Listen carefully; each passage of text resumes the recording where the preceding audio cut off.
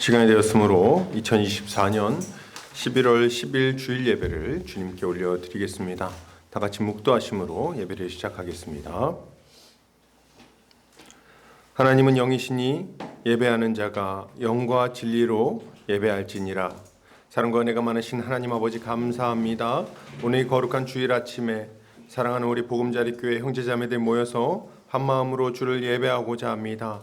주님 이 시간 이 자리 가운데 좌정하셔서 우리 예배를 받아주시고 하늘 문을 여시사 하늘의 놀라운 은혜를 우리 각 사람 심령 가운데에 충만하게 부어 주시옵소서. 이제 예배를 시작하는 시간입니다. 마치는 시간까지 함께하여 주시기를 원하오며 예수 그리스도의 이름 받들어 기도 올려드립니다. 아멘. 찬송가 1장 찬송 올려드리겠습니다.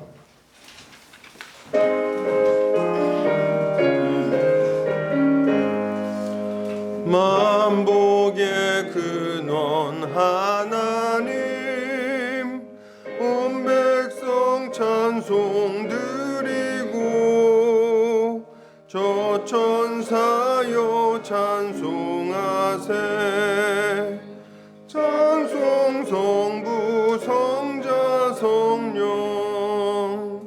아멘.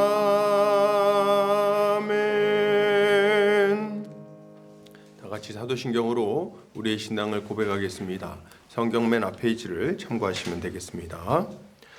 전능하사 천지를 만드신 하나님 아버지를 내가 믿사오며 그 외아들 우리 주 예수 그리스도를 믿사오니 이는 성령으로 잉태하사 동정녀 마리아에게 나시고 본디오 빌라도에게 고난을 받으사 십자가에 못 박혀 죽으시고 장사한 지 사흘 만에 죽은 자 가운데서 다시 살아나시며 하늘에 오르사 전능하신 하나님 우편에 앉아 계시다가 저리로서 산자와 죽은 자를 심판하러 오시리라. 성령을 믿사오며 거룩한 공회 왕 성도가 서로 통하는 것과 죄를 사하여 주시는 것과 몸이 다시 사는 것과 영원히 사는 것을 믿사옵나이다. 아멘. 다 같이 우리 주님이 가르치신 기도를 올려드리겠습니다. 하늘에 계신 우리 아버지여 이름이 거룩히 여김을 받으시오며 나라의 임하옵시며 뜻이 하늘에서 이룬 것 같이 땅에서도 이루어지이다. 오늘날 우리에게 일용할 양식을 주옵시고 우리가 우리에게 죄지은 자를 사하여 준 것 같이 우리 죄를 사하여 주옵시고 우리를 시험에 들게 하지 마옵시고 다만 악에서 구하옵소서. 대개 나라와 권세와 영광이 아버지께 영원히 있사옵나이다. 아멘. 이 시간 우리 한 주간의 삶을 돌아보면서 주님 앞에 회개하는 시간을 갖도록 하겠습니다. 우리 주님이 우리를 위하여 십자가에 달리심으로 우리의 모든 죄는 깨끗하게 씻김을 받았습니다. 그러나 그럼에도 불구하고 우린 여전히 죄에 넘어지고 우리 주님의 마음을 아프게 하고 우리 이웃을 상처 주는 삶을 살았음을 고백하지 않을 수 없습니다. 이 시간 주님의 은혜를 다시 한번 간구하면서 회개하며 나아가겠습니다. 다 같이 기도합니다.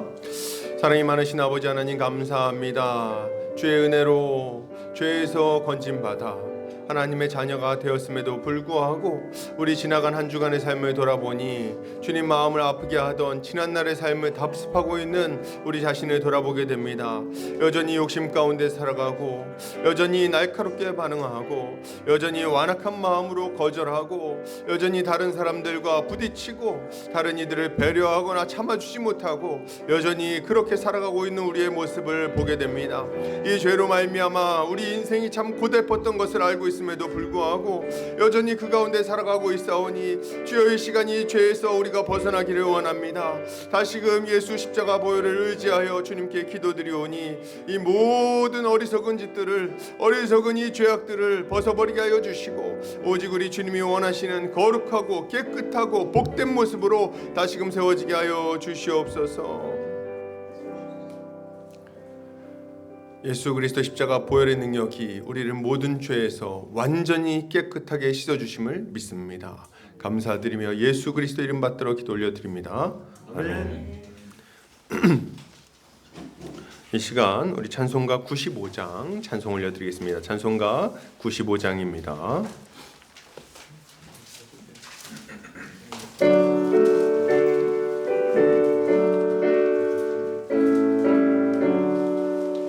나의 기쁨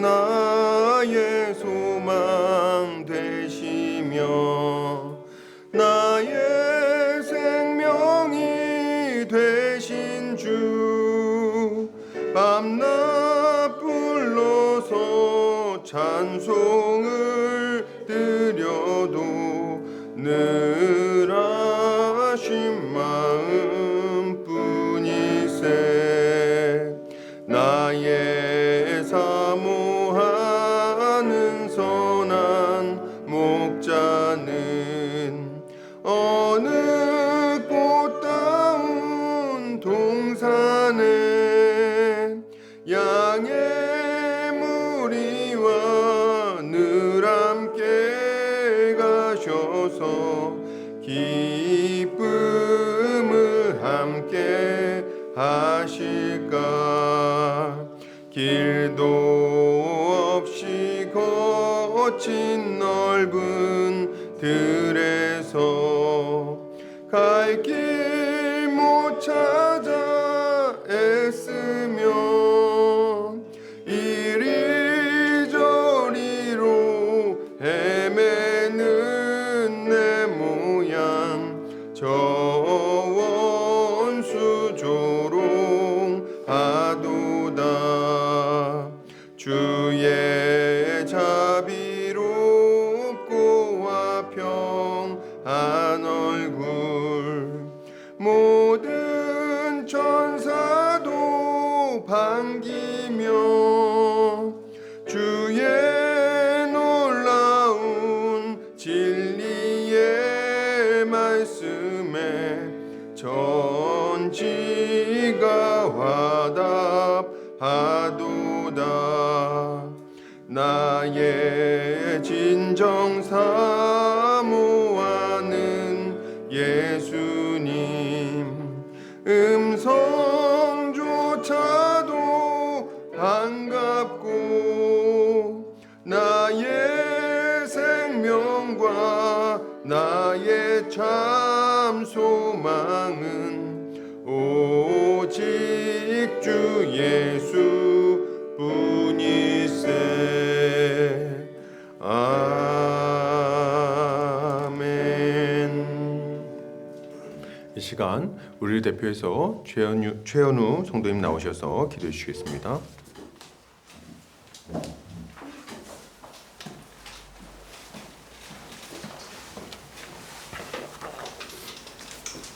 사랑이 많으시고 공의로우신 하나님 아버지, 오늘의 주일도 함께 모여 하나님 앞에 예배드릴 수 있음에 감사합니다. 지금 누리는 모든 자유와 평안들, 그리고 여러 공급들과 보호하심이 다 주께서 인도하시고 베풀어 주신 것임을 기억하며 앞으로도 영원히 하나님만을 높이고 찬양드립니다. 하나님께서는 죄인된 저희를 사랑으로 구원해 주셨습니다. 그 크신 사랑을 저희가 완전히 가늠할 수는 없겠지만 분명히 알 수 있는 건 그 사랑은 놀라우며 이미 먼저 받았다는 것입니다. 그 은혜에 힘입어 하나님의 백성으로서 합당한 삶을 살아가고 받은 사랑을 널리 퍼뜨리며 사는 것이 당연한 것이고 그렇게 될 수 있기를 소망합니다. 아버지, 세상은 점점 악해져 갑니다. 지구의 환경은 갈수록 극단적으로 변해가고 있고 그 안에선 각종 질병과 재난, 전쟁과 악한 전통, 문화들이 난무하고 있습니다. 이런 혼란한 세상 가운데 저희 몸과 마음을 잘 지켜주시옵고 이런 것들을 봄으로써 죄의 결과가 얼마나 비참하고 심각한 것인지와 주께서 오실 날이 얼마 남지 않았다는 것을 잊지 않게 하여 주시옵소서. 세상 사람들은 세상의 기술과 지혜에 기대어 문제를 해결해 보려 합니다. 하지만 저희들이 기댈 것은 오직 하나님 말씀뿐이라는 걸 압니다. 잠시 달콤해 보이는 유혹들 혹은 마치 인생이 힘들어지거나 안 좋아질 것만 같은 고난과 시련에도 굴복하지 않고 넘어지지 않게 저희를 잘 붙들어 주시길 원합니다. 이제 하나님의 말씀을 듣습니다. 말씀 선포하시는 안중현 담임 목사님께 하나님의 무궁하신 지혜와 능력과 힘을 불어넣어 주셔서 온전한 진리가 전해지고 하나님이 어떤 분이신지 어떤 은혜를 베푸셨는지 분명히 알리는 설교되도록 함께하여 주시옵소서. 그리고 듣는 저희들에게 영적인 감각과 지각이 열려 말씀을 올바르게 이해하고 깨닫고 또한 삶 가운데 새겨져서 더욱 성숙한 믿음으로 좋은 열매들이 많이 맺혀지게 하여 주시옵소서. 협력 목회하시는 안정호 목사님께도 유튜브 사역과 BLF 간사 사역에 있어서 주의 일을 더 힘있게 감당하고 지혜롭게 해나갈 수 있도록 도와주시옵고 자라나는 어린이들에게도 좋은 기반과 환경을 갖추어 주셔서 하나님을 잘 믿고 알아가는데 어려움이 없게끔 성장시켜 주시길 원합니다. 보금자리 교회 성도님들의 각 삶에도 역사하여 주셔서 주께서 모든 필요를 상황에 맞게 공급하여 주시고 겪고 있는 모든 어려움, 문제들을 극복하고 해결하여 주시옵소서. 더 나아가 교회를 통해 이미 하나님의 나라가 시작되었고 그 안에 있다는 사실을 몸으로 직접 느끼고 경험하는 일들이 더욱 많아지게 하셔서 풍성한 하나님의 복을 하루하루 더해가는 신앙생활 되게 하여 주시옵소서. 감사드리며 교회의 머리이신 우리 주 예수 그리스도의 이름으로 기도드렸습니다. 아멘.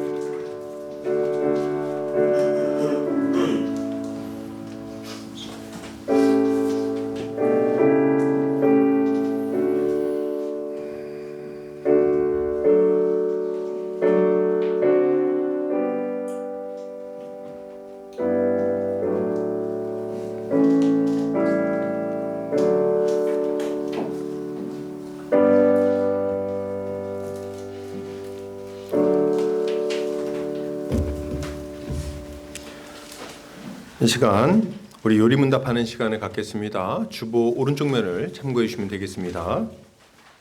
제가 질문하고 함께 답변하겠습니다. 116문, 왜 그리스도인들은 기도해야 합니까? 기도란 하나님께 드리는 우리의 가장 큰 감사이기 때문입니다. 또한 하나님께서는 은혜와 성령을 계속해서 간절히 구하며 응답해 주심을 믿고 감사하는 자들의 기도를 들어주시기 때문입니다.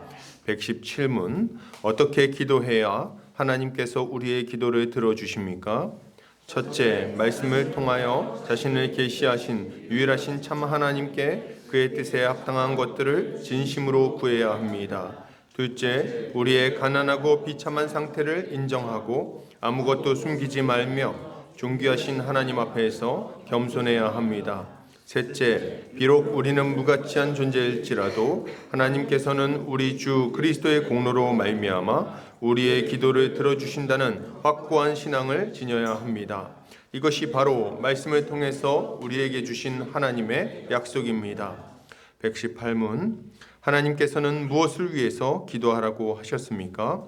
우리 주 그리스도께서 가르쳐 주신 기도에 내포되어 있는 것처럼 우리가 영육간에 필요로 하는 모든 것들을 위해서 기도하라고 하셨습니다. 119문, 주님께서 가르쳐 주신 기도는 무엇입니까? 하늘에 계신 우리 아버지여, 이름이 거룩히 여김을 받으시오며 나라 임하옵시며 뜻이 하늘에서 이룬 것 같이 땅에서 이루어지이다.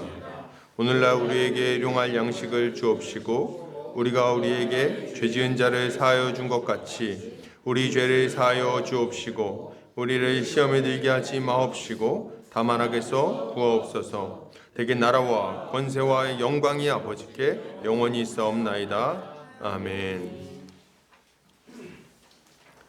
이 시간 교회 소식 보도록 하겠습니다. 보금자리 교회 오신 성도님들 환영합니다. 주님 안에서 함께 세워져 가기를 소망합니다. 우리 옆에를 보고 인사할까요? 잘 오셨습니다. 잘 오셨습니다. 잘 오셨습니다.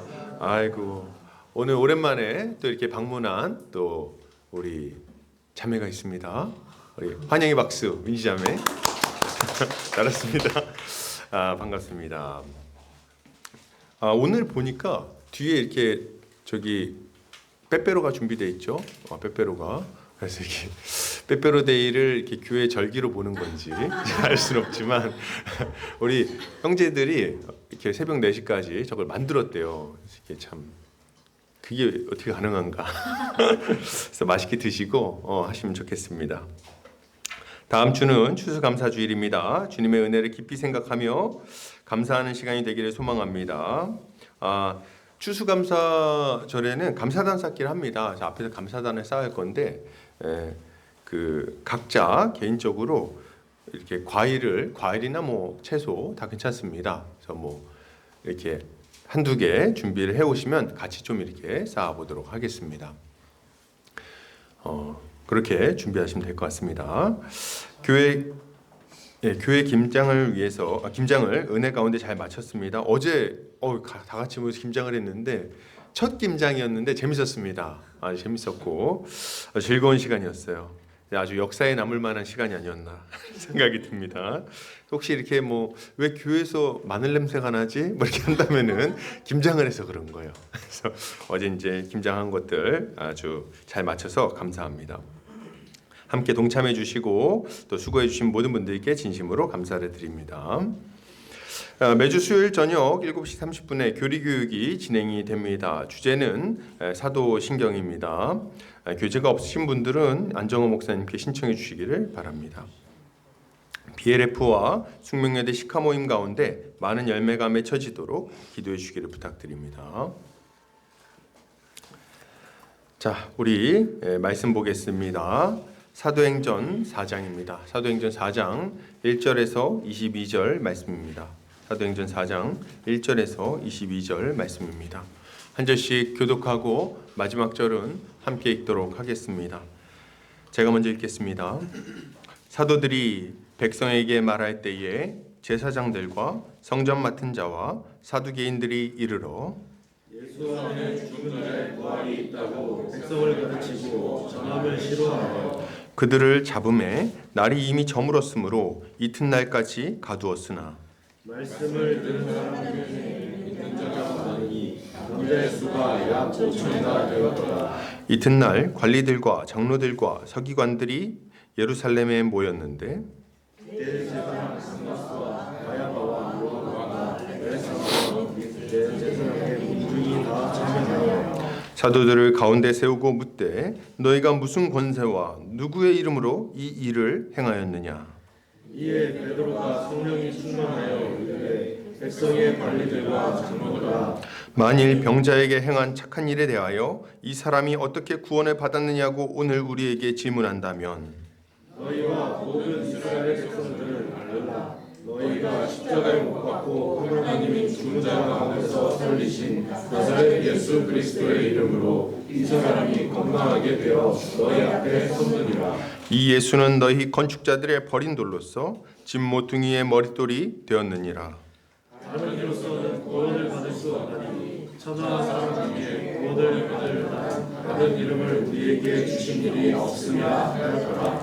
그들이 베드로와 요한이 담대하게 말함을 보고 그들을 본래 학문 없는 범인으로 알았다가 이상히 여기며 또 전에 예수와 함께 있던 줄도 알고 또 병나은 사람이 그들과 함께 서 있는 것을 보고 믿음할 말이 없는지라. 명하여 공회에서 나가라 하고 서로 의논하여 이르되 이 사람들을 어떻게 할까? 그들로 말미암아 유명한 표적을 나타난 것이 예루살렘에 사는 모든 사람에게 알려졌으니 우리도 부인할 수 없는지라.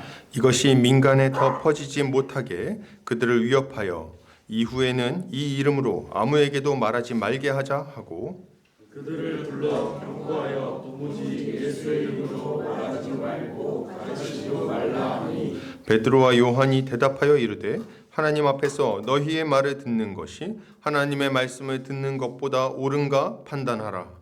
우리는 보고 들은 것을 말하지 아니할 수 없다. 관리들이 백성들 때문에 그들을 어떻게 처벌할지 방법을 찾지 못하고 다시 위협하여 놓아주었으니 이는 모든 사람이 그 된 일을 보고 하나님께 영광을 돌림이라. 이 표적으로 병 나은 사람은 40여 세나 되었더라. 아멘. 사도행전 4장 1절에서 22절까지 천하 만민을 구원할 이름이라는 제목으로 말씀 보도록 하겠습니다. 우리는 지난 시간에 성전 미문의 거지를 일으켜 세운 베드로가 자신을 주목하며 몰려든 사람들에게 복음을 전하는 장면을 살펴보았습니다. 먼저 베드로는 이 사람이 온전하게 된 것이 개인의 경건과 능력으로 된 일이 아니라고 분명하게 선포했습니다. 베드로의 말은 두 가지 사실을 지적하고 있는데 첫째는 왜 놀랍게 여기냐는 것이었고 두 번째는 왜 우리에게 집중하냐는 것이었습니다. 두 가지를 이렇게 얘기하죠. 이스라엘 사람들아, 예루살렘 사람들아, 왜 놀라느냐 이렇게 물어보고 그리고 나서 이 일이 우리 개인의 경건과 능력으로 된 것처럼 왜 우리를 주목하느냐 이 두 가지 이야기를 한 거예요. 근데 두 번째는 뭐 그렇다 쳐도 첫 번째는 좀 재밌는 얘기 아닙니까? 이 일이 놀라운 일이 아닙니까?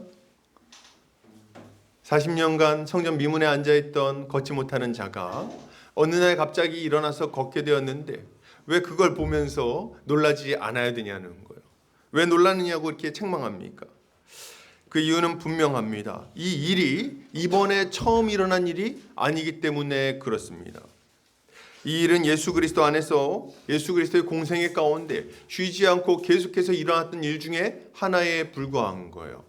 예수님은 3년 동안 무수히 많은 이적과 기사를 행하셨습니다. 병든 자를 고치셨고 나병 환자를 고치셨고 손 마른 자를 고치셨고 걷지 못하는 자를 일어나게 하셨으며 장님이 볼 수 있도록 은혜를 베풀어 주셨습니다. 심지어는 죽은 자를 살리기까지 하셨어요. 그러니 이 일을 이스라엘 사람들은 처음 보는 게 아니라는 거죠. 또 하나 이 일은 예수님만 행한 것도 아닙니다. 예수님이 70인 전도대를 파송하셨을 때에 이 사람들이 나아가서 예수님이 하셨던 것과 동일한 일들을 막 했어요. 사람들을 병을 고쳐주고 귀신이 쫓겨나게 하고 그리고 복음을 전파했죠. 그러니 이 일은 3년 동안 내 경험해 왔던 일인 겁니다. 그런데 왜 이제 와가지고 깜짝 놀래냐는 거예요. 마치 그런 일이 일어날 수 없는 것처럼. 동시에 베드로는 자신들에게 왜 집중하냐고 책망하죠. 이것도 마찬가지입니다. 베드로는 자신이 이 일을 일으킬 때 누구의 이름으로 했는지를 명확하게 선포했어요. 누구 이름으로 했습니까? 나사렛 예수의 이름으로 일어나 걸으라. 분명하게 얘기를 했다는 거예요. 모두가 들을 수 있게 선포했습니다. 그런데 왜 이제 와서 누구의 권세와 어떤 능력으로 이 일이 일어났는가? 참 대단한 사람들 아닌가? 왜 사람에게 집중하냐는 거죠. 베드로는 이 두 가지 지점을 지금 책망하고 있는 것입니다. 여러분 지금도 사람들은 비슷한 잘못을 범하며 살아갑니다. 사람이 온전하게 되는 것을 마치 있을 수 없는 일처럼 여기는 거예요. 그래서 누가 이렇게 예수 믿고 변화된 모습을 보면 뭐라 그럽니까? 이게 웬일이야? 네가 어떻게 변했어? 와 이거 말이 돼? 깜짝 놀라는 거죠. 왜 놀랍니까? 왜? 지난 2000년간 기독교 역사 가운데는 얼마나 많은 변화의 역사가 있었습니까? 얼마나 많은 사람들이 돌이켰고 얼마나 많은 사람들이 저 죄악 가운데 벗어나 온전한 모습으로 회복이 됐냐는 거예요. 여러분 멀리 갈 것도 없어요. 우리나라만 해도 1907년 평양 대부흥 운동을 우리는 볼 수 있습니다. 그때 어떤 일이 일어났습니까? 도둑질하던 사람이 도둑질하던 것들을 다 돌려주고 그리고 경찰서에 가서 막 자수하고 말이죠. 그리고 이 범인 잡으려고 제가 교회 가면 자꾸 자기 죄를 자복한다는 얘기 듣고 범인 잡으려고 순사들이 교회 갔다가 자기가 회개하고 앉아있고 말이죠. 그래가지고 말도 안 되는 일들이 막 일어났습니다. 그죠? 깡패 같은 사람들이 온전한 모습을 가지게 되고, 그죠? 비루한 인생을 살던 사람이 온전하게 변화되고, 종에 불과하고 아무것도 모르던 무지한 자가 완전히 회복되어서 장로가 되고 말이죠. 심지어는 양반은 성도였는데, 그리고 이 종노릇 하던 분은 이제 장로가 되는 케이스도 많이 있었어요.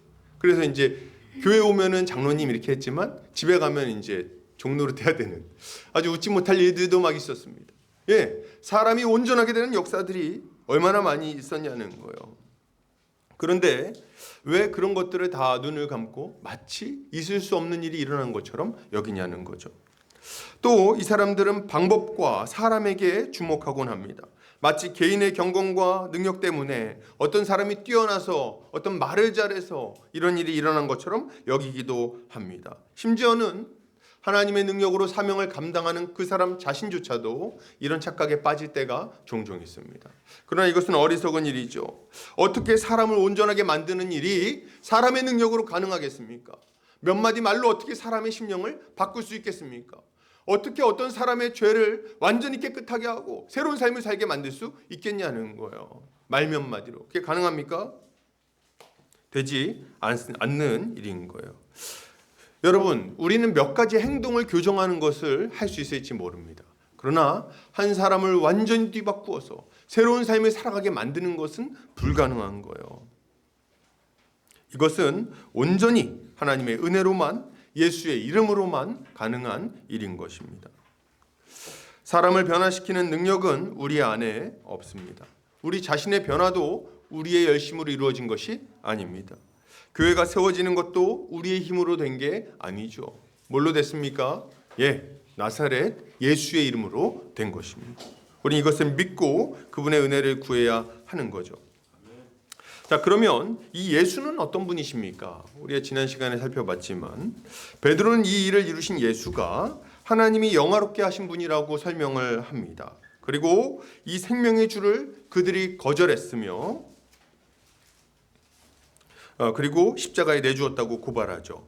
그러나 베드로는 하나님께서 이 예수를 죽은 자 가운데서 다시 살리셨으며 그를 믿는 믿음이 사람을 온전하게 만들었다고 설명을 해줍니다. 맞아요. 주님이 십자가에 죽으신 것은 하나님의 섭리 가운데 일어난 일이며 선지자들의 예언을 성취하는 일이었습니다. 예, 이것은 어느 날 갑자기 힘이 없어서 잡혀 죽었다가 어떻게 하다 보니까 이렇게 살아난 일이 아닌 거예요. 이미 예언되어 있었고 하나님의 계획을 성취하기 위하여 십자가에 죽으신 것이고 계획대로 하나님이 예정하신 대로 다시 살아나신 겁니다. 여러분, 우리 주님은 왜 십자가에 죽으셔야만 됐습니까? 예, 그 이유는 너무 분명해요. 죄로 인해 죽을 수밖에 없는 우리를 살리기 위하여 대신 십자가에 죽으신 겁니다. 예수께서 우리 대신 죄를 받으심으로, 우리 대신 심판을 받으심으로 우리는 나음을 얻게 된 거죠. 우린 예수 그리스도를 믿음으로 말미암아 그의 그 십자가 사역을 우리의 것으로 삼고 죄 사함을 받고 의롭다함을 받고 하나님의 자녀가 될 수 있게 된 것입니다. 할렐루야. 그러므로 누구든지 예수를 믿으면 죄 없이 함을 받을 것이고 새롭게 되는 날을 경험하게 되는 거예요. 여러분, 예수를 믿으시면 우리의 삶이 바뀌게 될 겁니다. 우리의 죄는 용서받게 될 것이고 더 이상 죄에 매여서 고통스러운 삶을 계속해서 유지하지 않아도 될 거예요. 그리고 우리의 삶은 새로워질 겁니다. 우리 자신이 바뀔 것이고 우리의 가족들이 바뀔 것이고 우리 주변에 있는 친구들이 바뀔 것이고 우리의 이웃들이 바뀌게 될 거예요. 복음에는 능력이 있는 것입니다. 우리는 이것을 믿고 주님께 감사하며 살아야 하는 거죠. 자, 그러면 이것을 믿음으로 하나님의 백성이 된 자들은 이제 어떤 삶을 살아야 됩니까? 세상은 신자들에게, 이렇게 믿음으로 하나님의 백성이 된 자들에게 어떻게 반응합니까? 그런 세상 속에서 우리는 무엇을 전하고 감수해야 될까요? 오늘 본문을 통해서 이에 대해 함께 살펴보도록 하겠습니다. 자, 오늘 본문 유명한 본문이죠. 사도들이 복음을 전하다가 종교 지도자들에게 잡혀가는 장면으로 본문이 시작이 됩니다. 1절에서 4절 같이 한번 보겠습니다. 사도들이 백성에게 말할 때에 제사장들과 성전 맡은 자와 사두개인들이 이르러 예수 안에 죽은 자의 부활이 있다고 백성을 가르치고 전함을 싫어하여 그들을 잡음에 날이 이미 저물었으므로 이튿날까지 가두었으나 말씀을 들은 사람 중에 믿는 자가 많으니 남자의 수가 약 5천이나 되었더라. 아멘. 사도들이 복음을 전하려고 이렇게 전하고 있을 때 제사장들과 성전 맡은 자들 그리고 사두개인들이 막 찾아옵니다. 당대의 그 종교 지도자들이에요. 이 사람들이 막 찾아옵니다. 아마 지금 막 성전에서 난리가 나니까 사람들이 막 모여들어서 막 소요하고 와 이게 어떻게 된 일이야 막 소리 지르고 이러고 있으니까 모른 척하고 있을 수가 없었던 거죠. 그래서 이제 이 일을 좀 처리를 하려고 모여들었던 것 같습니다. 이거 약간 사족인데 여러분 복음과 복음으로 인해 일어나는 변화는 모른 척하거나 못 볼 수가 없습니다. 그 우리가 무시하고 지나갈 수가 없어요. 왜요? 그 변화의 물결이 우리 주변을 휩쓸면서 우리의 삶에도 영향을 미치기 때문에 그렇습니다. 여러분 교회가 살아있고 복음을 제대로 선포하기 시작하면 세상은 반드시 거기에 반응하게 되어 있어요. 그냥 무시하고 지나가기에는 그 여파가 너무 큰 거예요. 친한 친구가 갑자기 금주를 선언합니다. 야, 나 오늘부터 술 안 마시기로 했어. 왜? 왜? 순댓국 먹는데 어떻게 소주를 안 마셔? 깜짝 놀라는 거죠. 몇 분 웃는데? 그래야지 딱 걸렸어요 지금. 어떻게? 야, 너 지금 미쳤어? 깜짝 놀라는 거죠. 그죠? 거래하던 회사 직원이 이제부터 리베이트 안 받겠다고 리베이트를 사양합니다. 갑자기 잘 살다가 친한 친구가 갑자기 바뀌게 되고 엄마가 변화됩니다. 아들내미 딸내미가 변화되죠. 옛날에는 막 문 꽝 닫고 들어가지고 건드리지 마! 밥 안 먹어! 이렇게 하던 사람들이 갑자기 밥 잘 먹고 와가지고 말도 잘 듣고 축제 다 끝내놨습니다. 다 가지고. 말도 안 되는 일이 막 일어나는 거예요. 무슨 일이야? 배우자의 말투와 행동, 사귀는 사람들이 점점 달라지게 되는 겁니다. 그러니 어떻게 이걸 보고 모른 척할 수 있습니까? 잠깐 모른 척할 수 있을지 몰라도 반응하지 않을 수는 없는 거예요. 우리 이웃들의 삶이 완전히 바뀝니다. 변화됩니다. 새로운 삶을 살아갑니다. 뭔가 다르다는 게 보이는 거예요. 그러니까 그걸 보고선 그 궁금증을 피할 수가 없는 거예요. 도대체 왜 그런 거야? 뭐가 문제야? 왜 그렇게 바뀐 거야? 이전에 나랑 같이 잘만 놀더니 왜 이제 와서 새로운 삶을 살려고 그러는 거야? 우리는 그 변화의 원인을 보고 어떻게 반응할 것인지를 정하게 되는 겁니다. 복음은 우리에게 결정을 요구합니다. 복음을 받아들일 건지 아니면 거절할 건지, 새로운 삶을 살 것인지 아니면 이전 그대로 살아갈 것인지, 죄를 벗어날 것인지 아니면 죄에 매여서 그대로 살아갈 것인지 분명하게 우리에게 요구한다는 거예요. 오늘 종교 지도자들도 동일한 결정을 해야 했습니다. 이 문제를 어떻게든 처리해야 된다고 생각한 거예요. 그래가지고 이 사람들이 내린 결론이 뭡니까? 못 전하게 하는 거였습니다. 이들의 결정은 단순했어요. 이거는 받아들일 수 없어. 이거는 막아야 돼. 더 이상 우리 괴롭히지 못하게 하자. 이렇게 생각을 한 거죠. 성경은 이들이 이렇게 결정한 이유를 그들이 예수 안에 죽은 자의 부활이 있다고 백성을 가르치고 전함을 싫어했기 때문이라고 이야기를 합니다. 싫어했어요. 싫어했어. 이거 굉장히 재밌는 그 설명이라고 저는 생각합니다. 왜 그러냐면 이 사람들의 결정이 전혀 이성적인 결정이 아니었다는 거예요. 전혀 합리적인 결정이 아니었습니다. 지극히 감정적이고 어리석은 결정을 하고 있는 거예요. 사도들이 한 일이 뭡니까? 벌받은 만한 일을, 감옥에 갇힐 만한 일을 한 게 있나요? 없어요. 사도들이 한 일은 굉장히 단순합니다. 걷지 못하는 자가 걸을 수 있게 했고, 그리고 그냥 선포한 거예요. 이거 누가 낫게 했냐고? 예수 이름으로 낫게 된 것이다. 이렇게 선포한 것밖에 없습니다. 그러니 감옥에 갇힐 만한 일을 하지 않은 거예요. 근데 이 사람들은 이 객관적인 사실에서 눈을 돌리고 사도들을 잡아 가둔 거죠. 뭐가 그렇게 거슬렸을까요? 죽은 자의 부활이 있다고 선포한 게 좀 거슬렸을까요? 그 말이? 아마 그건 아닐 것 같아요. 왜냐하면 바리새인들은 죽은 자의 부활에 대한 소망을 가지고 있었습니다. 그러니까 그건 아닌 것 같아요. 그럼 뭐에 대해서 불만이 있었던 걸까요? 이들이 불만을 가지고 있었던 지점은 분명합니다. 뭐예요? 예수 안에 라는 말입니다. 예수 안에 죽은 자의 부활이 있다는 말이 싫은 거예요. 다른 것은 다 괜찮아요. 인정할 수 있어요. 병자가 나은 것도 괜찮고, 그리고 죽은 자가 부활한다는 것도 인정할 수 있겠어요. 근데 그것을 예수 안에 있는 자들에게 주어진다고 말하면 그거는 받아들일 수가 없는 겁니다. 왜 이걸 못 받아들입니까? 왜 이게 그렇게 싫죠? 왜 이렇게 거슬립니까? 예수 그리스도가 하신 일을 생각해보면, 그가 가르친 바를 생각해보면 이해가 돼요. 예수 그리스도는 이 바리새인과 사두개인과 서기관들이 죄인이라는 것을 명백하게 드러냈고 그들의 모함으로 인해 십자가에 죽으셨습니다. 그러니 예수 안에 부활이 있다는 것을 선포하면, 그 얘기를 들으면 뭐가 생각나는 거예요? 내가 잘못했던 것들, 내가 못된 짓 했던 것들, 내가 십자가에 못 박은 그 일, 거짓말로, 그게 자꾸 생각이 나는 거예요. 예수 안에 부활이 있다는 말은 자신들이 비열하고 추악한 범죄를 저질렀다는 것을 분명하게 하는 말이었습니다. 자신들의 권세를 유지하기 위해서 예수를 모함했고, 그리고 십자가에 죽였다는 것, 생명의 주를 십자가에 못 박았다는 것을 인정해야 되는 거예요.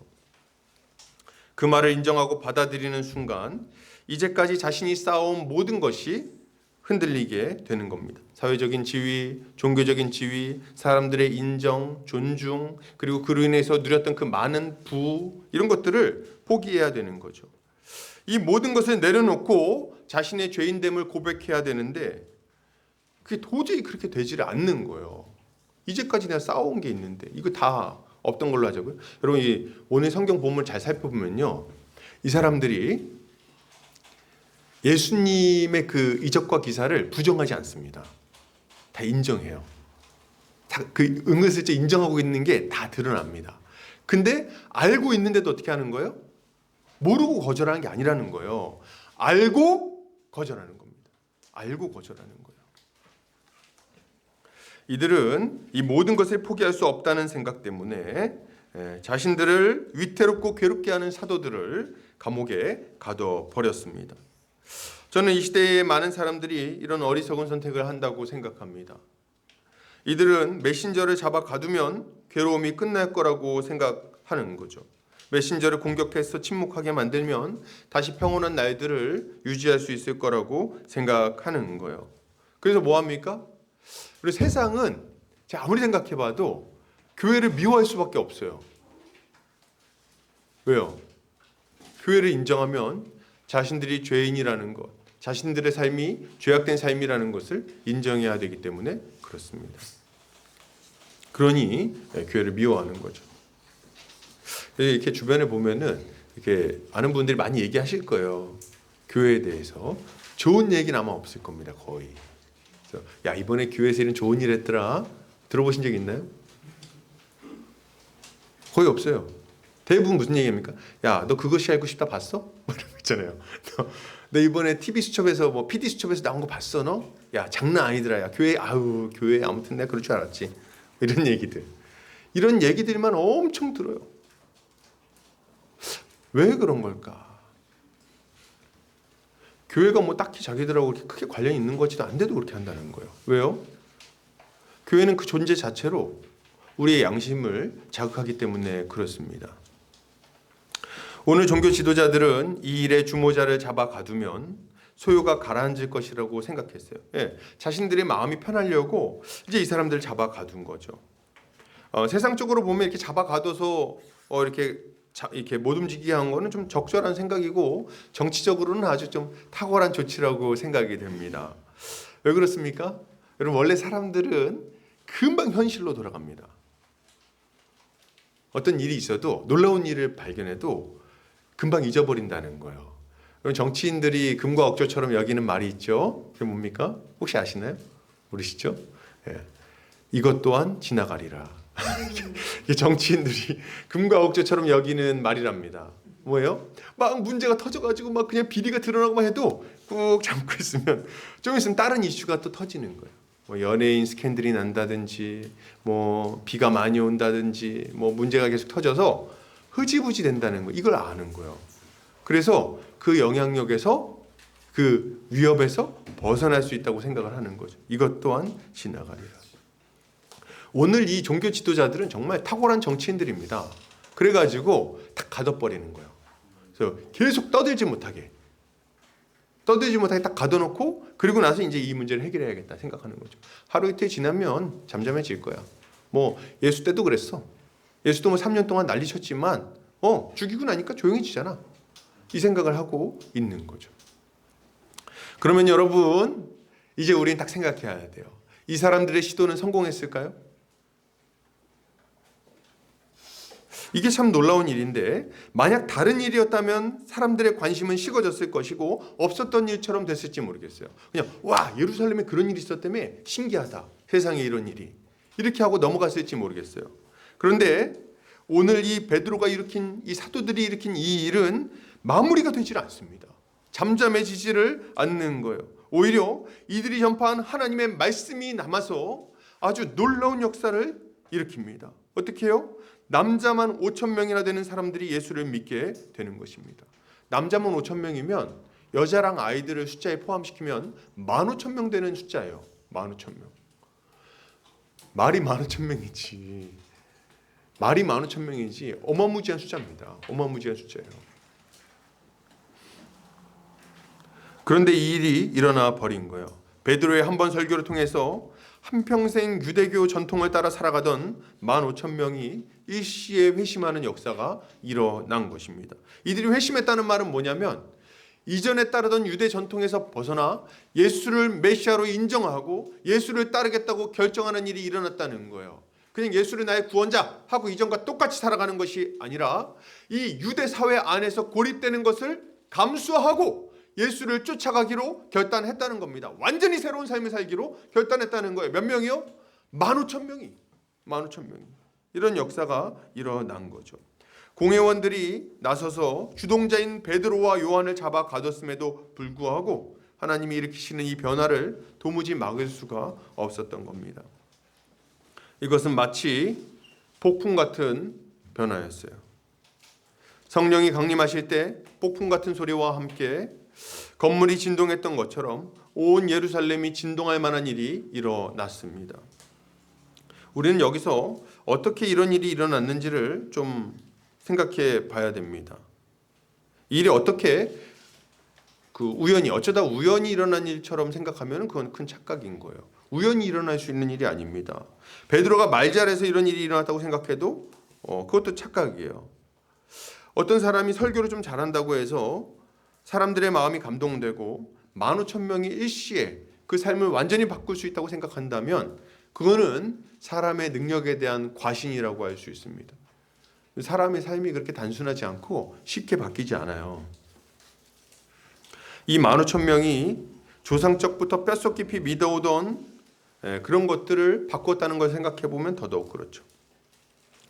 복음을 전파하던 사도들은 감옥에 갇혔어요. 이들은 더 이상 사람들을 선동할 만한 힘이 없었습니다. 사람들을 충동하고 이끌어서 뭔가를 계속 계획할 만한 상황이 아니었다는 거예요. 그러나 그럼에도 불구하고 사람들은 예수를 믿게 됐고 자신들의 삶 전체가 뒤바뀌는 것을 받아들였습니다. 방금 전에도 말씀드렸지만 잠깐 교회에 출석한 것을 이야기하는 게 아닙니다. 이 사람들은 자기 삶 전체가 바뀌는 것을 받아들였어요. 그리고 주님을 따르겠다고 결단한 겁니다. 이제 다시 유대교로 돌아가지 않는 거예요. 유대 그 커뮤니티 안에서 고립되어서 이제 먹고 사는 걱정을 해야 되는 상황에 처하는데도 불구하고 감수하겠다고 결단을 한 겁니다. 어떻게 이게 가능하게 된 걸까요? 어떻게 이런 일이 일어났을까요? 이 일은 사도들이 일으킨 게 아닙니다. 사도들이 앞에서 말을 했는지 몰라도 사도들이 일으킨 게 아니에요. 이 일 뒤에는 전능하신 하나님의 일하심이 있는 것입니다. 그게 누구십니까? 오순절에 강림하신 성령님께서 말씀을 듣는 자들의 마음 가운데 폭풍처럼 역사하신 거죠. 그리고 그들의 인생을 바꿔주신 거예요. 베드로는 이미 그렇다고 말을 하고 있습니다. 사도행전 2장 16절 같이 한번 읽어볼까요? 자, 시작. 그 이름을 믿음으로 그 이름이 너희가 보고 아는 이 사람을 성하게 하였나니 예수로 말미암아 믿음이 너희 모든 사람 앞에서 이같이 완전히 낫게 하였느니라. 아멘. 맞아요. 말씀이 역사에서 사람을 바꾸는 겁니다. 그러니까 여러분 사람을 막아봐야 소용이 없어요. 사람이 하는 일이 아니니까. 하나님이 계획하시고 작정하시고 실행하시는 일이니 누가 막겠습니까?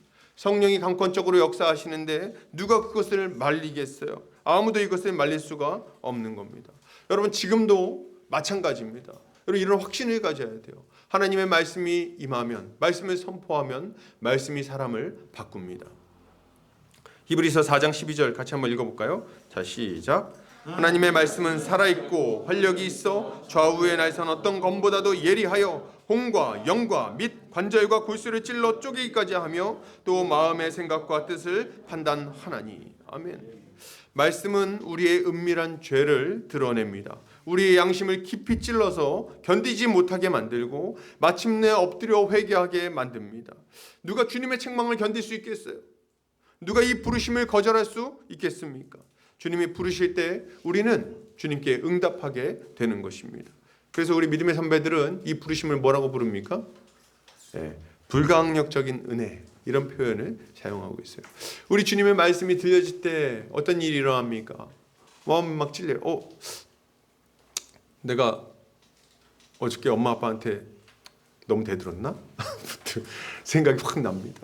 마음이 막 아파요. 양심에 거리껴집니다. 내가 지난번에 한번 거짓말하고 넘어갔는데 이거 괜찮은 건가? 내가 지난번에 내 친구한테 안 좋은 얘기를 막 주변에 퍼뜨리고 다녔는데 이거 괜찮나? 그렇게 생각이 나는 거예요. 그래서 양심에 자극을 받습니다. 고통스러워요. 이게 그렇게 하면 안 된다는 생각이 자꾸 듭니다. 그러면서 어떻게 됩니까? 하나님 앞에 내가 큰 죄인이고 하나님 앞에 심판받을 수밖에 없다는 것을 점차 인정하게 되는 거예요. 그리고 주님 앞에 이 죄를 자복하고 돌아오게 되는 거죠. 예수 이름을 부르게 되는 것입니다. 사랑하는 여러분, 이 말씀이 우리도 또한 바꿀 거예요. 말씀을 보고 들을 때 변화가 시작될 겁니다. 성령은 우리의 마음을 찌를 거예요. 우리의 마음을 새롭게 만들 것입니다. 주님께 순종하고자 하는 선한 열망을 불러일으킬 거예요. 주님은 우리의 삶을 점점 바꾸어 나가시는 겁니다. 그러니 우리는 믿음으로 하나님의 말씀을 들어야 하는 거죠. 그리고 말씀을 또 전해야 되겠어요. 말씀 전하실 때 전도하고자 할 때 너무 걱정 안 하셔도 되겠어요. 전도할 때 내가 이거 뭐라고 말할지 모르겠는데 이제 얘기해서 듣겠나? 그리고 걱정하지 않으셔도 됩니다. 우리가 복음을 전하면 복음은 살아있고 운동력이 있어서 그 자체로 역사하는 거예요. 내가 한다고 생각하니까 이렇게 낙심하거나 좌절할 때가 많이 있죠. 내가 요거 좀 말 잘못하면 주님의 일이 잘 안 될 수도 있다고 생각하니까 걱정하는 겁니다. 그러나 걱정하지 않으시기 바랍니다. 우리 하나님의 말씀은 살아있고 운동력이 있는 거예요. 사람을 바꾸는 거예요. 온전하게 해줄 거예요. 그 사람의 문제를 해결받게 해줄 것입니다. 이걸 믿고 복음을 전하는 성도님들 되시기를 주의 이름으로 축복합니다. 아멘. 계속해서 보겠습니다. 사도들을 감옥에 가둔 종교 지도자들은 이제 사도들을 신문하기 시작합니다. 5절에서 7절 같이 읽겠습니다. 시작. 이튿날 관리들과 장로들과 서기관들이 예루살렘에 모였는데 대제사장 안나스와 가야바와 요한과 알렉산더와 및 대제사장의 문중이 다 참여하여 사도들을 가운데 세우고 묻되 너희가 무슨 권세와 누구의 이름으로 이 일을 행하였느냐. 아멘. 다음 날이 되었을 때 관리들과 장로들과 서기관들 그리고 대제사장 안나스와 가야바와 대제사장의 문중이 다 참여한 공의회가 열립니다. 그리고 이들은 사도들을 그 가운데 일으켜 세우고 물어보죠. 너희가 무슨 권세와 누구의 이름으로 이 일을 행하였느냐. 이렇게 이제 질문을 던지는 거예요. 이들의 질문은 굉장히 어리석은 질문이죠. 왜 그렇습니까? 베드로와 요한이 자신들이 누구의 이름으로 했는지를 이미 다 얘기를 했기 때문에 그렇습니다. 이거는 예루살렘에 이미 파다하게 퍼져 있는 얘기예요. 예수의 이름으로 했구나. 그리고 이 사람들은 뒤에 보면 아시겠지만 베드로와 요한이 누군지 알았습니다. 예수와 함께 있던 걸 알았어요. 그러니까 이 사람들이 왜 이런 말을 하는지 어떻게 이런 일을 일으켰는지를 모를 수가 없는 거죠. 그러나 그럼에도 불구하고 다시 묻고 있는 겁니다. 이들이 이렇게 뻔뻔하게 질문을 다시 던지는 이유는 뭘까요? 그 이유는 사실 굉장히 좀 분명합니다. 그게 뭐냐면 베드로랑 요한을 위협해가지고 좀 그 의견을 철회하게 만들고 싶은 거예요. 잠잠하게 만들고자 하는 의도가 있었던 겁니다. 실제로 베드로가 느꼈을 압박은 굉장히 컸을 거예요. 제가 이제 앞에서 쭉 본문을 읽었는데 보면은 딱 그 생각이 들어요. 뭐 이렇게 모인 사람들 면면을 자세히 얘기하지? 이런 생각 안 드십니까? 여기 보면은 종교 지도자들이 모여 있었다 이렇게 얘기하지 않습니다. 뭐라고 얘기해요? 관리들, 장로들, 서기관들 다 복수해요. 그리고 대제사장 안나스, 가야바, 요한, 알렉산더 그리고 대제사장의 문중이 다 참여했다 이렇게 얘기하고 있어요. 그러니까 당대의 최고 지도자들은 다 모인 겁니다. 그러니까 방귀깨나 낀다는 사람은 다 모여 있는 거예요. 이런 사람들이 모여가지고 지금 뭐 하는 겁니까? 두 사람을 어디다 세워요? 가운데 이렇게 세우고. 그러니까 그 로마 원형 경기장을 생각해 보시면 좀 좋을 것 같은데 쭉 둘러는 의자가 있는 거예요. 그리고 딱 위에서부터 아래에 딱 내려다 보는 거죠. 이렇게 옷 있잖아요. 이런 거 딱 이렇게 딱 위에서 이렇게 내려다보면서 근데 보니까 다 막 할아버지들 수염이 성성하고 막 정치인들 딱 그 TV 보면 나오는 그런 사람들 쫙 둘러서 있는 겁니다. 그래서 거기서 이제 막 위에서 딱 들어오면서 누구의 이름과 누구의 권세로 이런 일을 행했는가 이렇게 할 때 이렇게 압박감. 우리 어린이들이 좀 있는데 예를 들자면 이렇게 교장 선생님하고 선생님들이 쫙 앉아가지고 너네 오늘 왜 전도했니? 이렇게 하는 거예요 지금. 누구의 이름을 전했니? 딱 이렇게. 그때 이제 막 교장 선생님 보이고 말이죠. 여기 체육 선생님 무서운데. 그러고 있는 거예요. 그 얼마나 압박감이 컸겠어요. 지금 그렇게 지금 신문을 하고 있는 겁니다. 이들은 지금 베드로를 위협해서, 사도들을 위협해서 자신들의 죄를 그냥 덮어버리려고 하는 겁니다. 말 못하게 하려고 하는 거예요. 그런데 이런 공회원들의 계획은 보기 좋게 무산이 됩니다. 왜요? 성령이 베드로를 사로잡았기 때문에 그렇습니다. 원래대로라면 이거 좀 넘어갈 법도 한데 안 통했어요. 왜요? 성령이 탁 붙들어 주니까. 8절에서 12절 같이 읽겠습니다. 자, 시작. 이에 베드로가 성령이 충만하여 이르되 백성의 관리들과 장로들아, 만일 병자에게 행한 착한 일에 대하여 이 사람이 어떻게 구원을 받았느냐고 오늘 우리에게 질문한다면 너희와 모든 이스라엘 백성들은 알라. 너희가 십자가에 못 박고 하나님이 죽은 자 가운데서 살리신 나사렛 예수 그리스도의 이름으로 이 사람이 건강하게 되어 너희 앞에 섰느니라.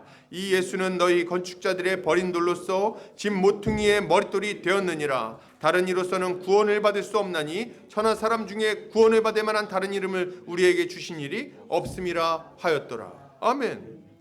이 나쁜 놈들은 지금 문제의 본질을 흐리려고 했습니다. 어떻게 해요? 야, 니네 누구 이름으로 그렇게 한 거야? 누구 권세로 그렇게 했어? 여기 우리 나와버린데, 네가 뭔데 지금 여기서 이렇게 하고 있어? 지금 얘기를 하고 있는 거죠. 혹시 뭐 문제 있는 거 아니야? 누구 문제야? 이렇게 지금 따지고 있는 거죠.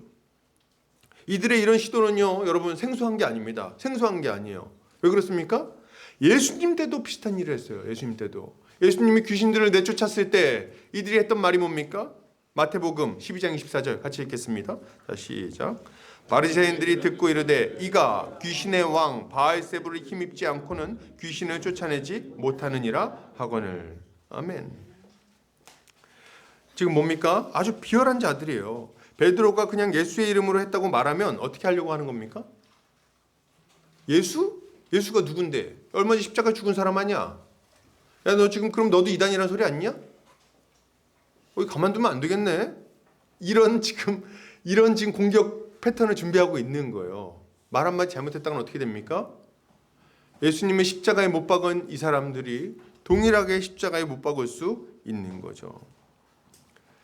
이들은 베드로를 이단의 이름으로 귀신을 내쫓은 사람으로 취급하면서 정죄할 준비를 하고 있었던 겁니다. 그죠? 그런데 베드로는 이런 시도를 사전에 차단해 버립니다. 뭐라고 말해요? 베드로가 이렇게 똑똑한 사람이 아닌데 똑똑하게 반응을 해요. 보세요. 너희가 만약 병자에게 행한 착한 일에 대하여 그가 어떻게 구원을 받았느냐고 묻는 것이라면 이렇게 대답을 하는 거예요. 대단히 똑똑하지 않습니까? 그냥 대답하지 않고 왜? 지금 이 사람 고친 것 때문에 물어보는 거야? 이렇게 지금 대답을 하고 있는 거예요.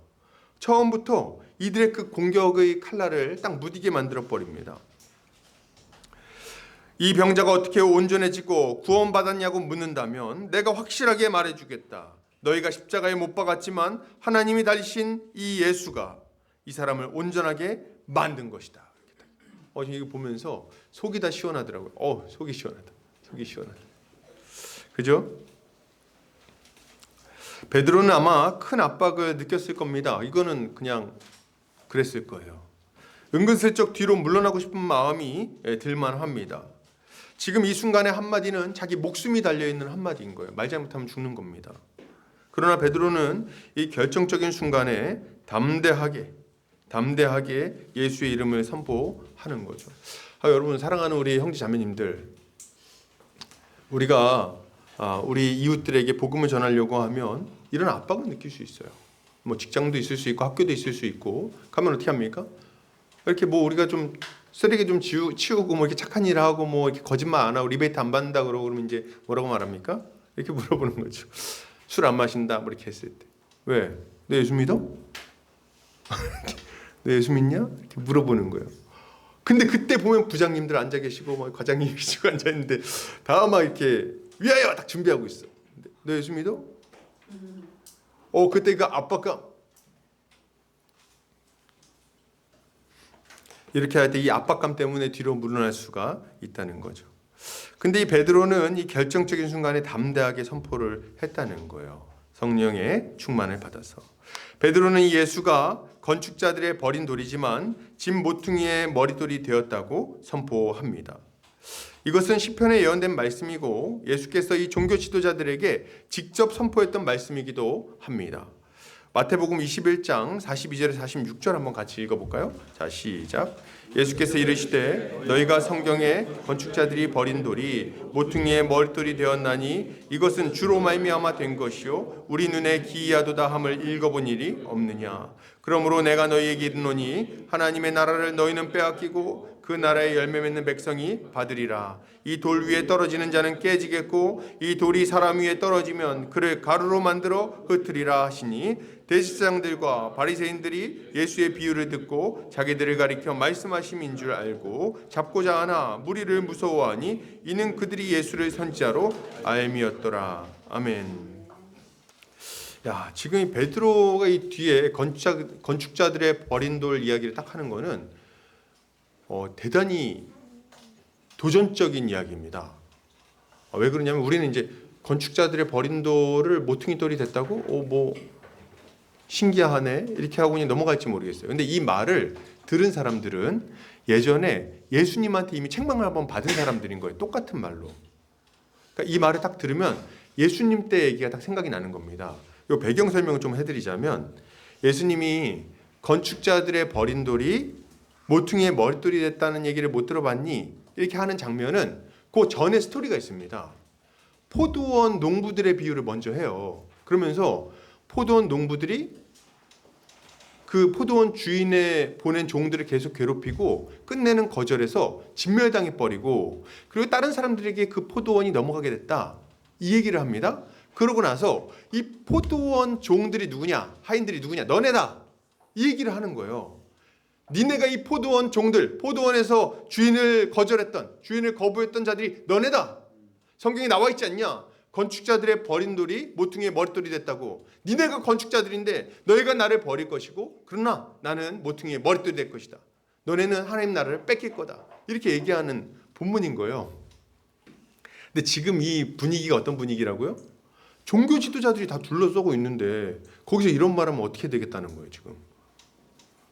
여기서는 이거 지금 말이 안 되는 얘기거든요. 근데 베드로가 지금 여기서 담대하게 선포합니다. 뭐라고 얘기합니까? 지금 너네 이 일이 어떻게 일어났는지 물어? 재판관처럼 그 위에 앉아가지고 우리에게 이 일이 어떻게 일어났는지를 지금 묻고 있는 거야? 이 어리석은 자들아, 너희 건축자들아, 너희들이 버린 그 돌 예수가 이 집의 모퉁이의 머릿돌이 되었느니라. 이렇게 얘기를 하고 있는 거죠. 너희가 알아야 될 것은 이것이 이 사람에게만 일어난 일이 아니라 너희에 대하여 일어난 일이다. 너희의 죄가 분명하게 드러나고 있다. 이렇게 선포하는 거나 마찬가지인 거예요. 베드로는 이어서 말합니다. 뭐라고 말해요? 다른 이로서는 구원을 받을 수 없나니 천하 사람 중에 구원받을 만한 다른 이름을 우리에게 주신 일이 없음이라 하였도다. 아멘. 베드로는 아주 큰 확신이 있는 거예요. 무슨 확신입니까? 오직 예수 이름에만 구원이 있다는 확신이 있는 겁니다. 그러니 아무리 많은 사람에게 둘러싸여 있어도 두려워하지 않는 거죠. 저는 이 본문을 보면서 이런 생각을 합니다. 베드로가 지금 이 둘러싸인 종교 지도자들한테 짜증이 나가지고 이렇게 선포하고 있는 것인가? 성질이 나가지고 우리를 하루 동안이나 가도 나쁜 놈들아? 뭐 이런 얘기하고 있는 것인가? 성질 부리는 것인가? 아닐 것입니다, 여러분.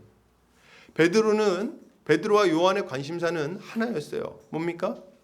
천하 만민의 구원을 얻을 만한 다른 이름이 없다는 것을 저 예루살렘 사람들뿐만 아니라 여기 모여있는 이 제사장의 무리에게도 확실하게 알려주기를 바란 겁니다. 너네가 십자가에 못 박은 예수는 다시 살아났다. 그를 믿어야만 구원을 받을 수 있다. 너네는 지금 재판관처럼 그 위에 앉아가지고 옳고 옳으냐 그르냐 이런 이야기를 하고 있지만 너희조차도 예수를 믿지 아니하면 반드시 망하게 될 것이다. 이 얘기를 지금 하고 싶은 거예요.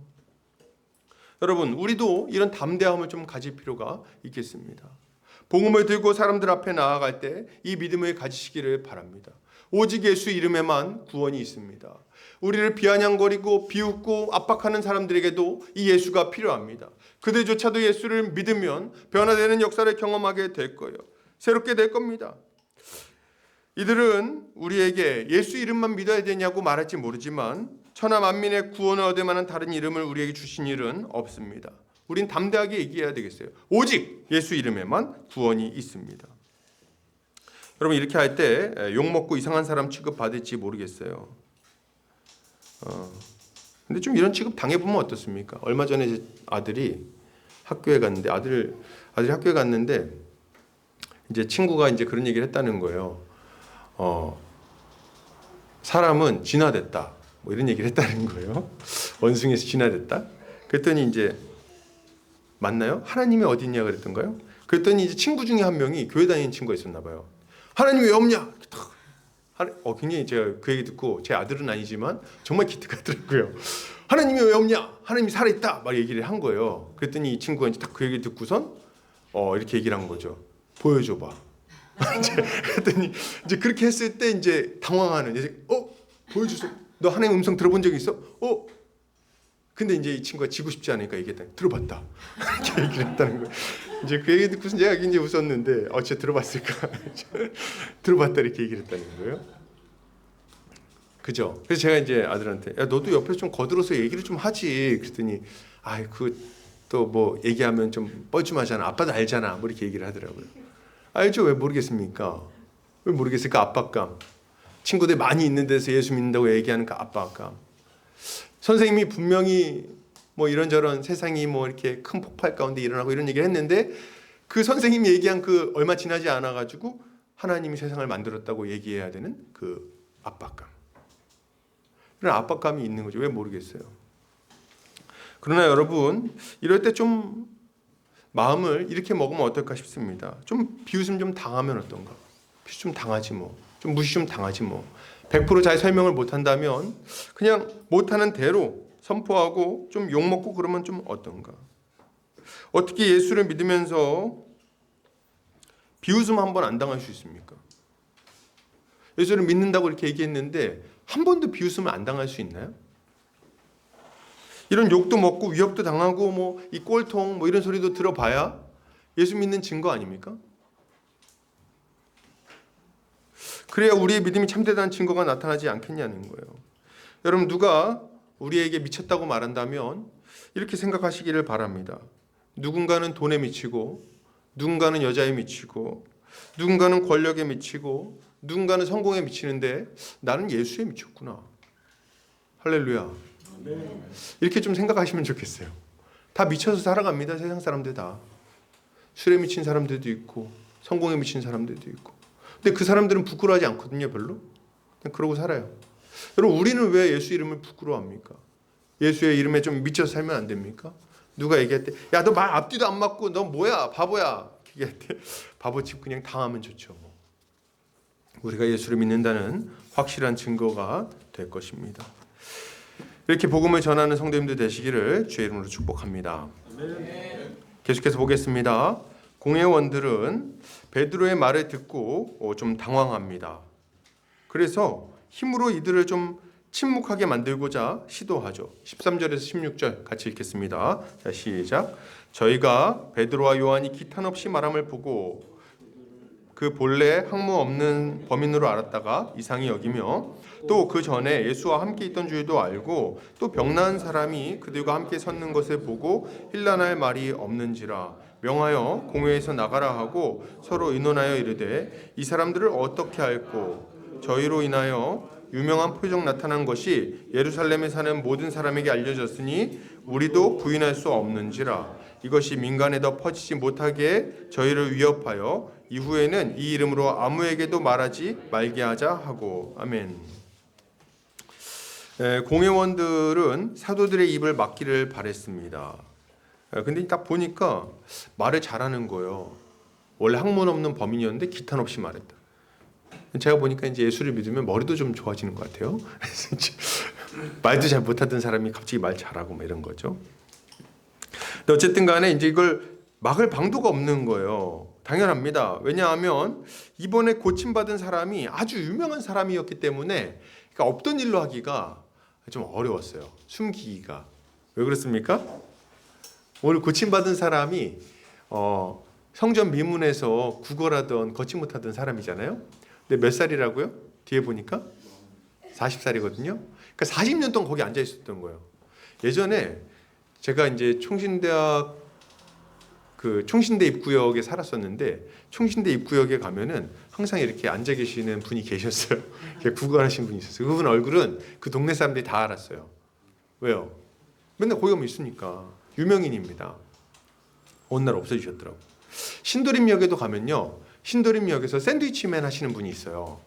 이렇게 신도림역에 그 정거장에서 딱 이 샌드위치맨 하고선 막 예수님 전하다가 오면은 갑자기 피켓을 드세요. 몇 시 천안행 막 들어요. 드는 거예요. 그래서 이 좋은 일도 하면서 복음을 전하시는 분이 있었어요. 되게 유명한 분이었어요. 중간에 막 색소폰도 부시고 다재다능하신 분이셨죠. 그런 분이 있었어요. 제가 이게 굉장히 고마워가지고 어느 날 음료수 사다 드리고 그랬더니 좋아하시더라고요. 오랫동안 보면 아는 겁니다. 근데 이 사람 몇 년 동안 있었다고요? 40년 동안. 어디에? 성전, 민문에. 그러니까 거의 예루살렘 사람들만 아는 게 아니라 온 이스라엘 사람들이 다 아는 사람인 거예요. 근데 이 사람이 온전하게 되었으니, 그가 일어나 버렸으니 어떻게 합니까? 숨길 수가 없는 거죠. 수만 명의 입을 한꺼번에 막을 수가 없는 겁니다. 이 사실이 이들이 사도들의 전도를 막지 못하는 족쇄가 되어 버리는 거죠. 여러분, 여기에 교회의 영광이 있는 겁니다. 우리가 다만 몇 가지 논리로 사람들을 꼬이는 단체라면 우리는 세상의 반대와 핍박을 이겨내지 못했을 거예요. 아마 2000년 동안 견디지도 못했을 겁니다. 그러나 우리는 말에만 그치는 공동체가 아닌 거죠. 고린도전서 4장 20절 같이 한번 읽겠습니다. 자, 시작. 하나님의 나라는 말에 있지 아니하고 오직 능력에 있음이라. 아멘. 예, 하나님의 나라는 말에 있지 않고 능력에 있습니다. 여러분, 우리가 복음을 전파할 때 담대하게 전파할 수 있는 이유가 뭡니까? 이 복음이 마음의 변화에만 멈추지 않기 때문에 그렇습니다. 사람의 삶을 온전하게 만듭니다. 정말로 바꿔요. 한 사람의 인격이 온전해지고 그 가정이 회복되고 그리고 그 주변에 있는 사람들이 복되게 되는 것들을 우리가 보게 되는 거죠. 그러니까 우리가 담대하게 복음을 선포할 수 있는 거예요. 오늘 이 복음을 들은 걷지 못하던 사람은 나이가 40여 세나 되는 사람이었는데, 이거 좀 다르게 생각해 보면 이런 겁니다. 40살이 되도록 한 번도 자기 발로 걸어보지 못한 거예요. 자기 발로. 한 번도 자기 손으로 일해서 성취감을 맛본 적이 없습니다. 한 번도 다른 사람과 동등한 눈높이에서 악수를 할 수가 없었죠. 결혼을 꿈꾸지 못했습니다. 다른 사람들에게 일상적인 것들이 이 사람에게는 꿈에 불과했죠. 그러나 복음이 전파되자 이 사람의 삶이 완전히 달라지게 된 겁니다. 이제 그는 걷게 되었고 뛰게 되었고 사람들과 같은 높이에서 악수하고 그리고 대화하고 일할 수 있게 된 거예요. 하나님이 처음에 사람에게 계획하셨던 그 모든 복된 삶을 영위할 수 있는 자가 된 겁니다. 그는 하나님의 은혜로 온전케 된 자요, 하나님께 감사와 찬양을 마음껏 올려드릴 수 있는 참된 예배자가 된 거죠. 여러분, 복음에는 이런 능력이 있습니다. 믿으십니까? 제가 이 말로만 하면은 또 잘 목사님이 저렇게 얘기하니까 또 예의상 그렇다고 해줘야지 생각하실 수 있지만, 여러분 실제로 많아요. 여러분, 교회 역사 가운데는 수천 수백만 명의 사람들이 주님께 돌아온 역사들이 있습니다. 그 삶이 바뀌었어요.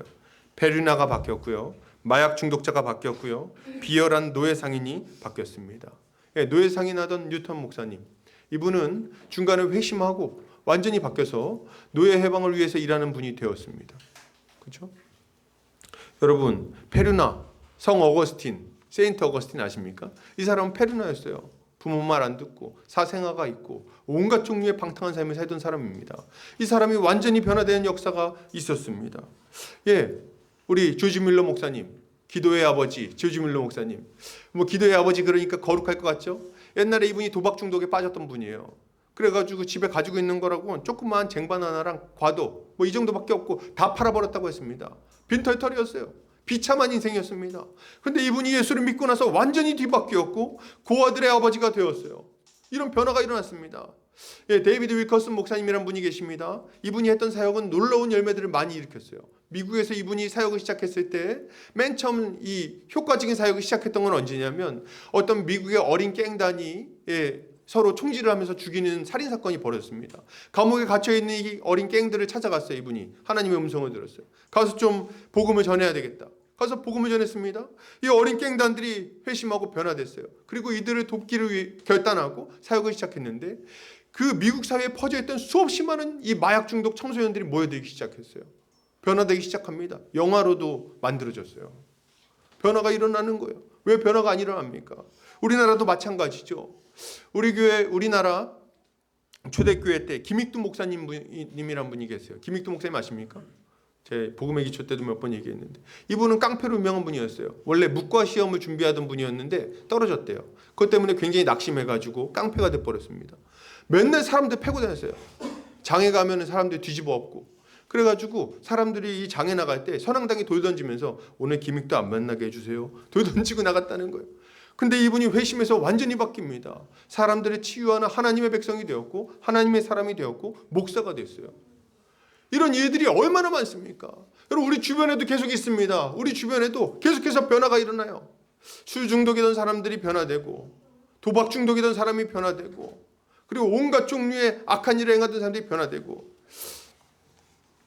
갑자기 생각이 났는데 여러분 연쇄살인마도 변화가 됩니다.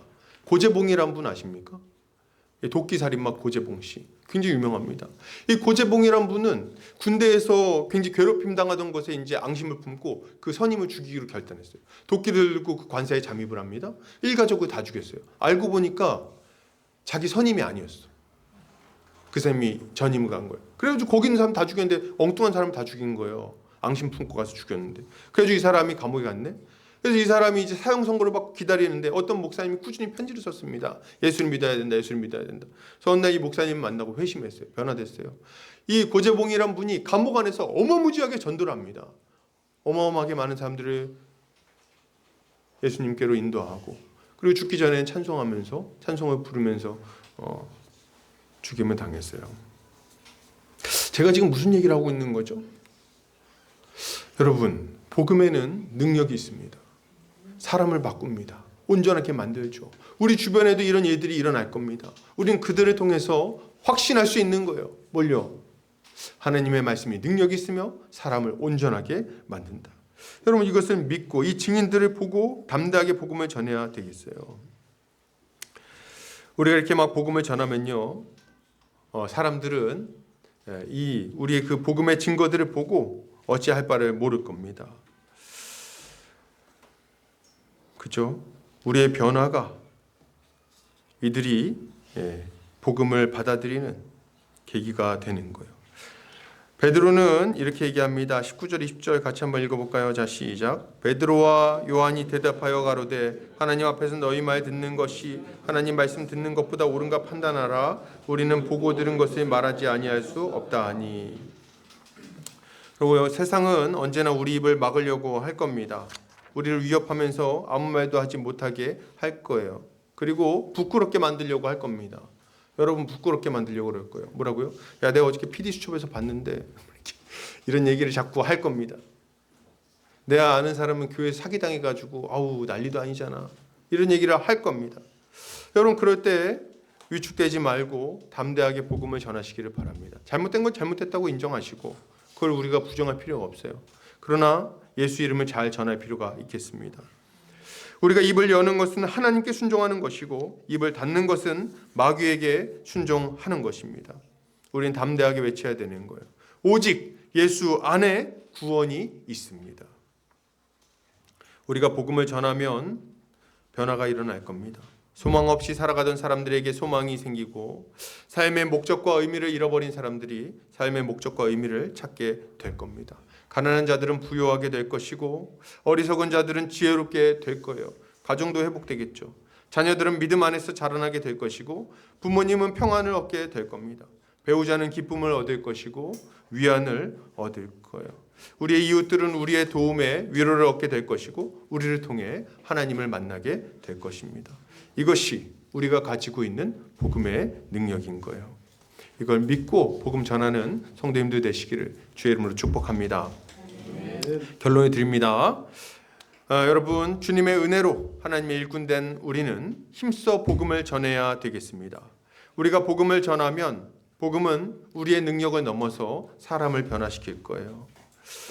복음은 살았고 운동력이 있어서 죽어있는 사람을 살리고 온전하게 만듭니다. 우린 이것을 믿음으로 담대하게 복음을 전해야 되는 거죠. 오직 예수의 이름만이 우리의 삶을 온전하게 하고 우리에게 영원한 삶을 가져다 줄 수 있다는 것을 믿음으로 복음을 전해야 하는 것입니다. 이렇게 할 때 주님은 우리를 통해서 구원받는 사람들이 날마다 더하게 하실 것입니다. 한 주간도 주님의 은혜로 승리하는 성도님들 되시기를 주의 이름으로 축복합니다. 같이 기도하겠습니다. 같이 기도할 때 이렇게 기도했으면 좋겠습니다. 주님, 우리가 복음 전하는 것을 부끄러워하지 않게 하여 주시기를 원합니다.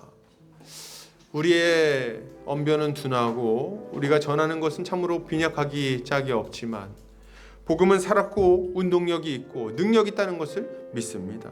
담대하게 복음을 전하게 하시고 그로 인해 걷지 못하던 자들이 걷게 되는 역사가 일어나게 하시고 온전치 못하던 자들이 온전케 되는 역사가 일어나게 하여 주시옵소서. 간절한 마음으로 다 같이 기도하겠습니다. 사랑이 많으신 아버지 감사합니다. 우리가 복음을 전하는 자들이 되길 원합니다. 담대하게 복음 전하길 원합니다. 세상은 우리가 복음 전할 때에 그것을 막고자 하고 우리 핍박하고 비난하고 비아냥거리겠지만은 주님, 그럼에도 불구하고 우리가 위축되지 아니하고 복음을 전하게 하여 주시기를 원합니다. 담대하게 복음을 증거하게 하여 주시옵소서. 하나님께 순종하며 하나님을 증거하는 자들이 되게 하여 주시기를 원합니다. 천하 만민의 구원을 얻을 만한 다른 이름이 없다는 것을 우리가 담대하게 선포하게 하여 주시옵소서. 주님, 예수를 믿는 자들의 삶이 변화되는 것을 우리가 주목하여 보게 하여 주시옵소서. 40년 동안이나 걷지 못하던 자가 걷게 되는 역사가 계속해서 일어난다는 것을 믿게 하여 주시옵소서. 우리의 마음 가운데에, 우리의 인생 가운데에 걷게 되는 역사가, 온전케 되는 역사가 계속해서 일어난다는 것을 믿게 하여 주시옵소서. 그리하여 우리가 담대하게 복음을 증거하게 하시고 그 열매를 눈으로 보게 하여 주시옵소서. 주님, 은혜 베풀어 주시기를 원합니다. 사랑과 은혜가 많으신 아버지 하나님 감사합니다. 주님, 우리가 복음 전하는 자가 되기를 원합니다. 세상은 우리가 복음 전하는 것을 비웃고 복음 전하지 못하게 우리를 멈추고 가둘 것입니다. 그리고 우리가 예수를 믿는 것 자체를 부끄러워하도록 계속해서 우리를 압박할지도 모릅니다. 그러나 이러할 때에 우리가 담대하게 하시고 예수 믿는 것 때문에 미쳤다 소리 듣는 것을 부끄러워하지 않게 하여 주시옵소서. 담대하게 복음을 증거하게 하시고 그로 말미암아 걷지 못하던 영혼들이 걷게 되는 역사를 우리가 눈으로 목도하게 하여 주시옵소서. 우리와 우리 주변에 있는 자들이 다 온전케 되어서 하나님의 나라의 그 능력을 증거가 될 수 있도록, 그런 증거가 될 수 있도록 은혜 베풀어 주시기를 원합니다. 주여, 우리에게 이러한 은혜를 베풀어 주시기를 간절히 원하오며 예수 그리스도의 이름 받들어 기도 올려 드립니다. 아멘.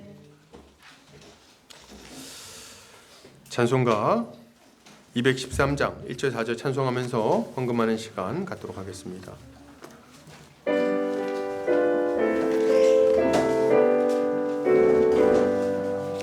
나의 생명 드리니 주여 받아주셔서 세상사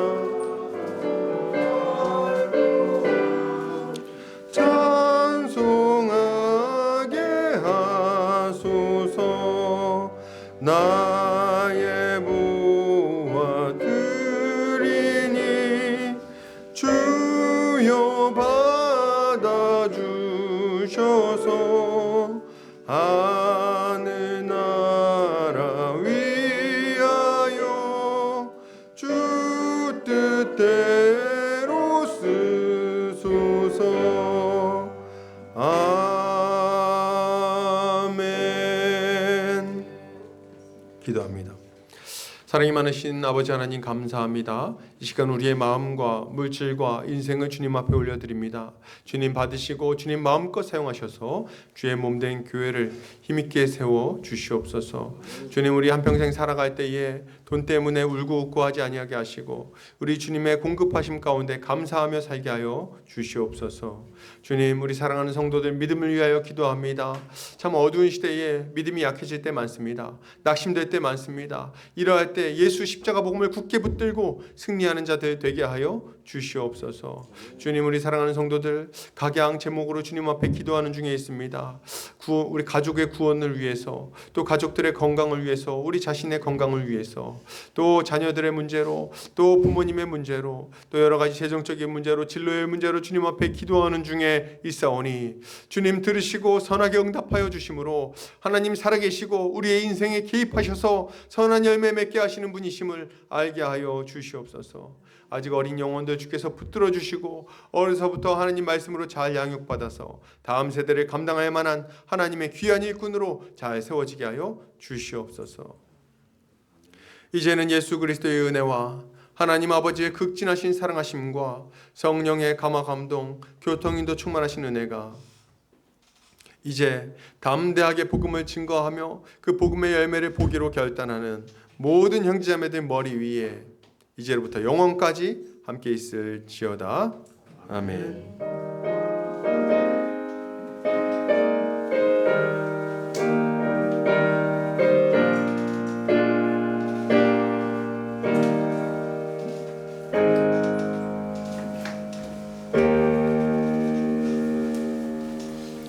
예배를 마쳤습니다.